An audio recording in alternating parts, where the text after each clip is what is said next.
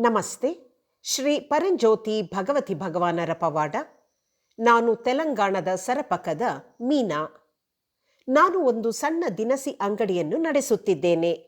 ಅಲ್ಲಿ ಬೆಲ್ಲವು ನನ್ನ ಮಾರಾಟದ ಪ್ರಮುಖ ಉತ್ಪನ್ನವಾಗಿದೆ.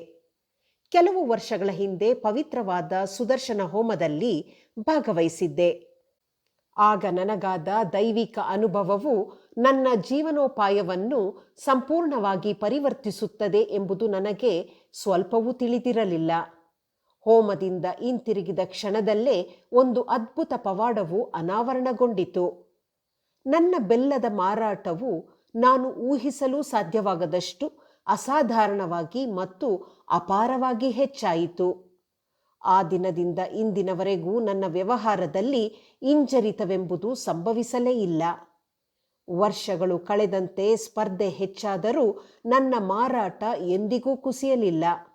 ಶ್ರೀ ಪರಂಜ್ಯೋತಿ ಭಗವತಿ ಭಗವಾನರ ನಿರಂತರ ಆಶೀರ್ವಾದದಿಂದ ನನ್ನ ಮಾರುಕಟ್ಟೆಯಲ್ಲಿ ನನ್ನ ಪಾಲು ಸದಾ ಸ್ಥಿರವಾಗಿಯೂ ಬಲವಾಗಿಯೂ ಉಳಿದಿದೆ.